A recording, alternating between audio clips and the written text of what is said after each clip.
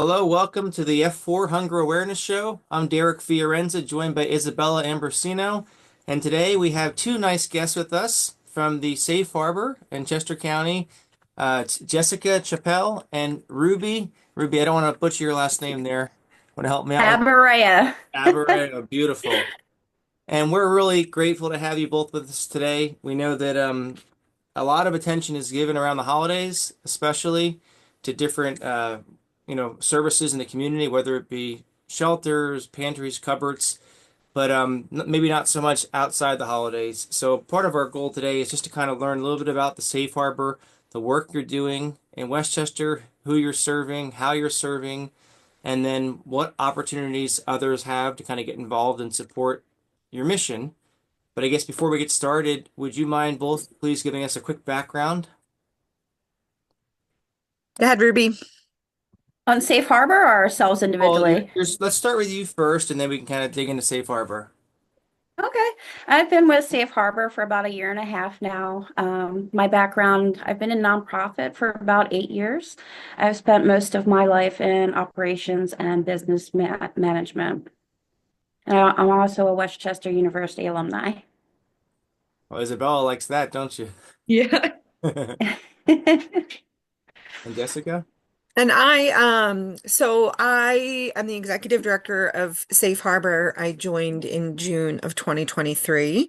I'm also a Westchester alumni. I went to graduate school there, and I just actually joined the Alumni Association because my daughter is a freshman at Westchester too. So, Westchester resident, Westchester native. We love Westchester.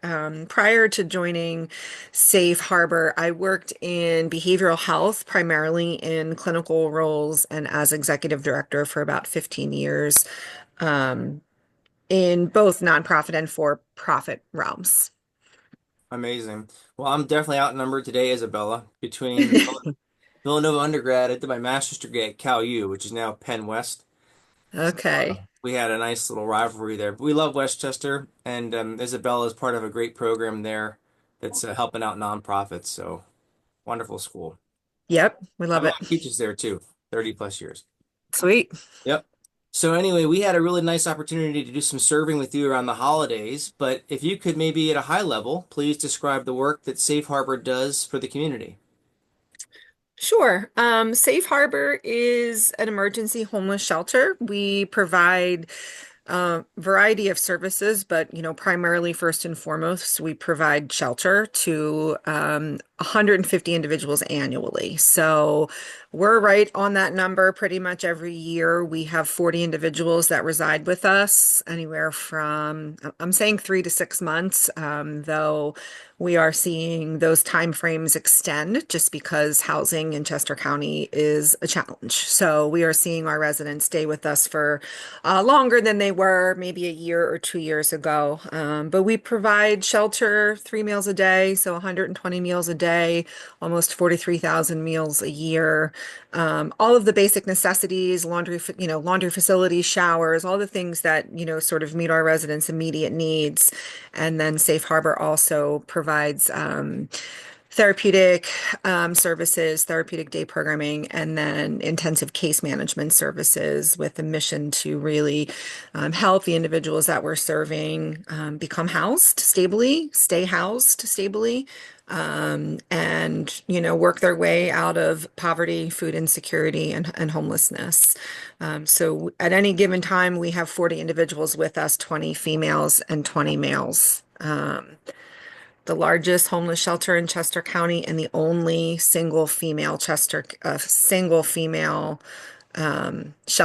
for women in Chester County as well.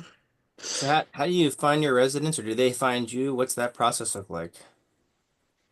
We are partnered with the county through DCD, the Department of Community Development, and we work through their Human Needs Network. So that's a system that um, is set up to sort of integrate um, providers, agencies, and those individuals in Chester County that have needs. It could be that they need food stamps. It could be that they need assistance with getting health insurance. It could be that they need help dealing with an eviction, for us, we get most of our referrals through the Human Needs Network, which is, if you've ever heard of 211, it's calling 211 and saying, I need shelter. And then we work with the street outreach team.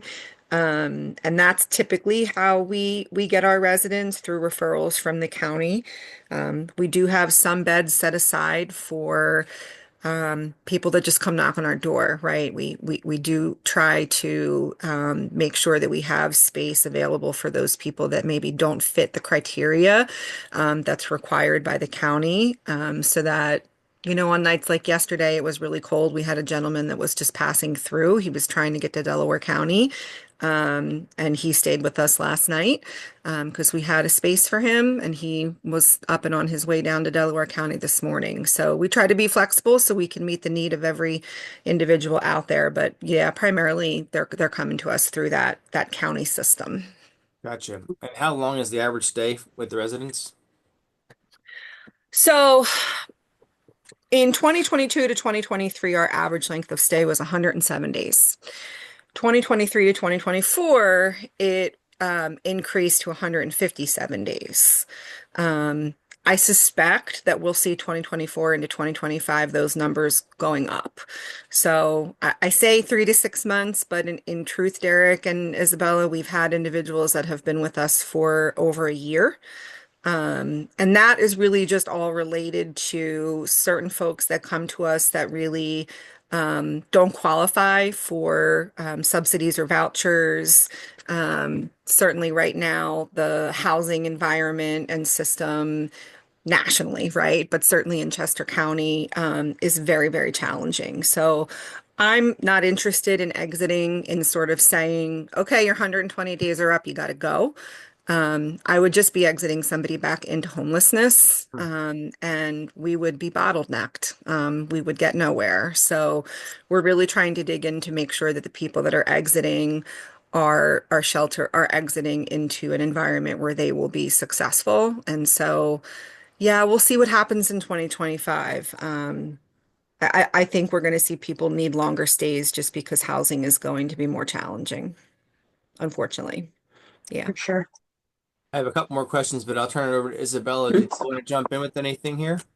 Yeah, so similar to how you mentioned that you're noticing trends of people needing to stay longer, have you noticed any trends of your residents being food insecure, and like has that gone up in the past couple years? That's a good question.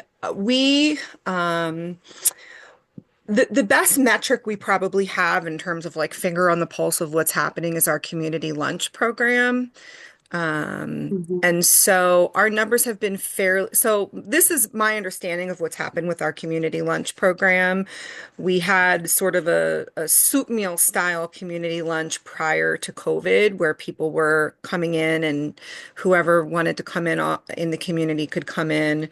And during COVID, that became sort of like a bagged to go lunch. And then we did get feedback sort of as we were coming out of COVID that people preferred to have that sort of grab and go lunch.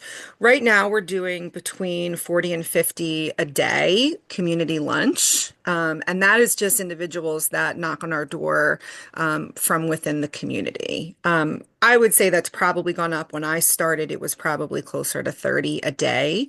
But certainly the individuals that come to us to reside typically have nothing. And so food insecurity is probably, right under shelter, their biggest need. Hmm. And I think it's also important to highlight, beyond our community lunches every day, we also have a community pantry outside that's available, a cart with bags, and people can fill those bags with whatever they need. We always put extra items, extra food items, also hats or gloves, depending on the time of year, different need. So people can just stop by and pick up, fill their pantry or get some items to keep them warm, for example, during the winter time. So, um, I think that's important to note. And then also with the food insecurity, we also partnered with the Melton Center to build a community garden. We doubled the size of beds. We started that this past year, and we harvested all summer long into the fall. That also, not only fed our residents, but the community as well, as we put those items, the fresh vegetables out on the community cart too. I'm going to ask a question that'll seem pretty obvious to you, but for people that are listening, what's the difference between an organization like Safe Harbor and, let's say, the Westchester Food Cover or the Chester County Food Bank or Phil Abundance? So, I mean, the main difference is that they are food providers, right? So they are reaching many different nonprofits providing procured food.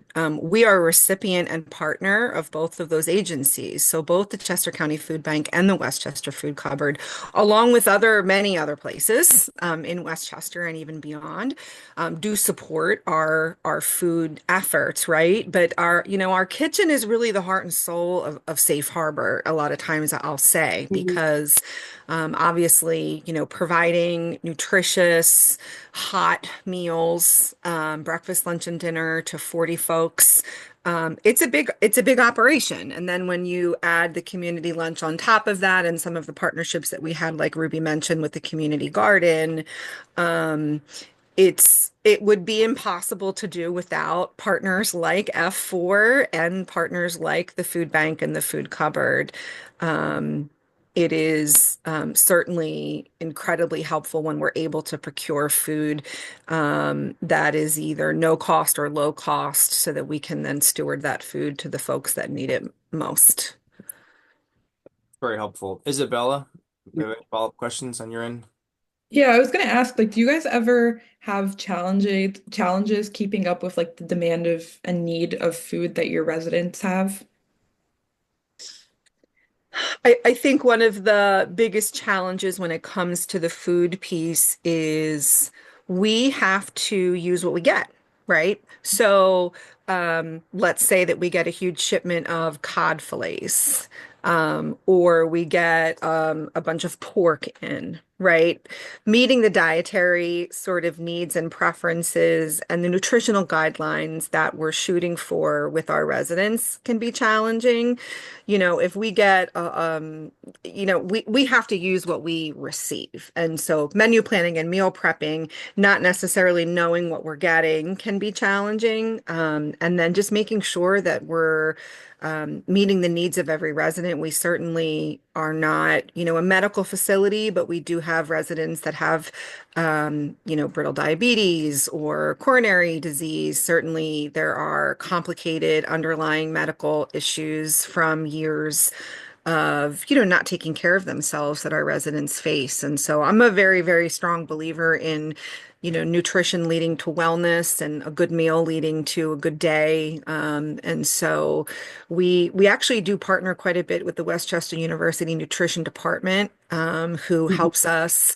Jeannie Sabak over there is runs their nutrition lab and their nutrition classes, and she's really shined a light on helping food ministries to be aware, right? Typically, I think, we probably heard me say in other talks that I think when people think about feeding the homeless, they think about like a meal that really can stick to your gut, right? I really want to kind of fill your belly up with baked ziti and lasagna. And yes, like that stuff is easy to make. And certainly for us, it's easier to prepare when you're preparing for 40 people every night, coming up with meal ideas that, are cost effective, but also can feed a lot of people that still include lean protein, fresh vegetables, fruit, healthy options, healthy sides. That can be challenging for sure. Can you talk a little bit about the programs that you run for the residents? You talked a little bit about some of the work that they do and they're trying to Sure. transition back into society. Yeah.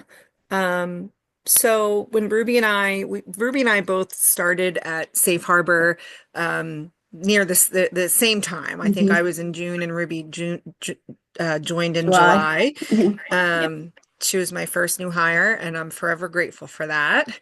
But we very quickly realized that, because there was transitions in leadership, and also we were still kind of coming out of COVID a little bit, that it was really going to be really important to develop programming for the residents. There really wasn't much programming going on beyond our case management services. Mhm. And I will say I've heard like in the nonprofit homeless services realm, case managers are sort of the nurses at the hospital, right? It's the same type of function. It's just that they're working in a different field. So not to diminish what our case managers do, but Ruby and I just recognizing that we were going to have folks with us longer, right? They weren't going to be moving through as quickly. And so if we've got them, we let's do something, right? Let's help them build skills and really have hopefully a long-term impact on breaking the risk chain that can be associated with homelessness. So where I sort of created the programming, Ruby was the one that did the work behind it, which was understanding what we needed, going after funding for a solid year, right? Seeking out grant money Mhm. and figuring out how we could sort of logistically pull it off. And we're now, luckily, actually, January 20th is when we're going to officially launch our therapeutic day programming. But to Yeah. answer your question, all of the things that you would imagine somebody might need who had fallen on incredibly hard times.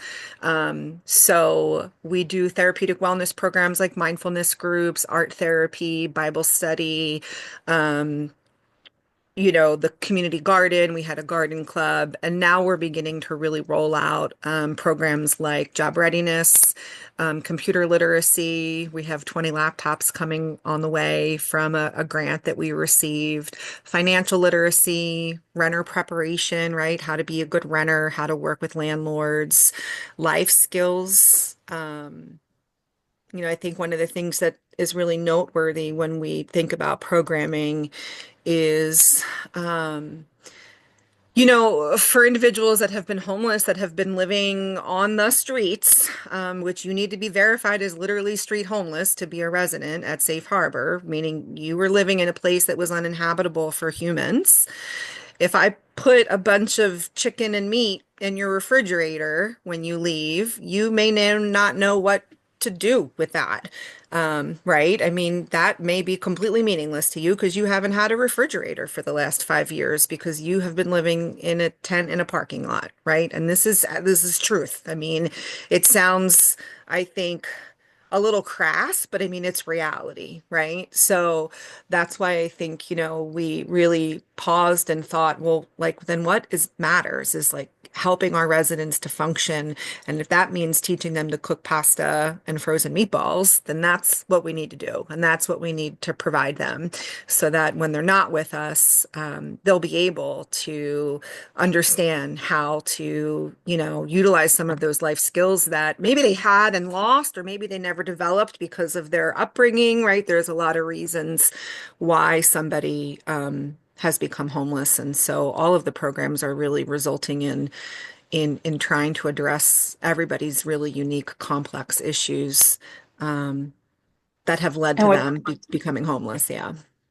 And what Jessica's speaking to is our wraparound program too that we're implementing. So 6 months post exit, we're following up with the residents, providing case management. Do they know how to cook the food that's in their fridge? Do they actually have food in their fridge? Are they, paying their bills? Are they staying employed, taking their medication and things like that? So just reduce the need to come back into homelessness. So hopefully it's for them to maintain their stability and maintain housing.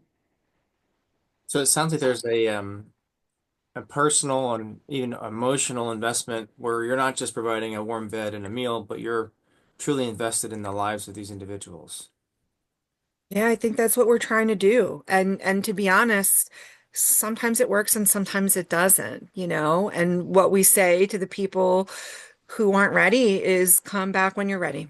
Hmm. So when we have somebody that's unsuccessful at the shelter, which does happen, maybe Mm. they are still dealing with issues related to addiction, or they don't like the rules, or they're just not compliant for whatever reason, that happens. And so, my message is just that when you're ready, we'll be here.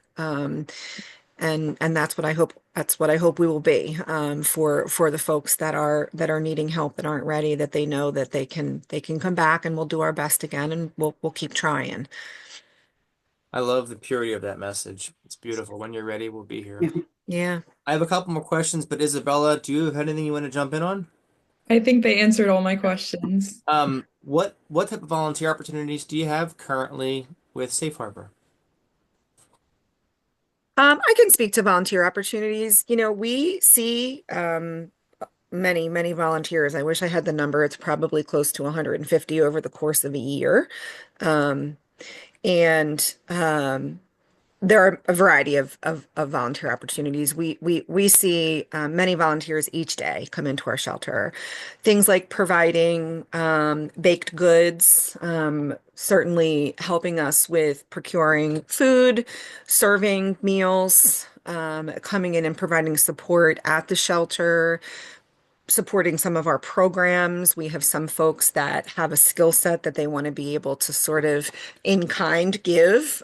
So we definitely have volunteers that come in and help run various programs. Like we have somebody that comes in who's an artist that does art therapy, shelter support. So helping us get residents checked in, helping us engage with residents in the evening with activities, physical assistance around the shelter. It's a big building, and helping us to maintain the space is another opportunity for volunteers. And then I think with Ruby's sort of end of things, a lot of times we have volunteers that support our fundraising and events and those efforts as well in the development Yeah. department.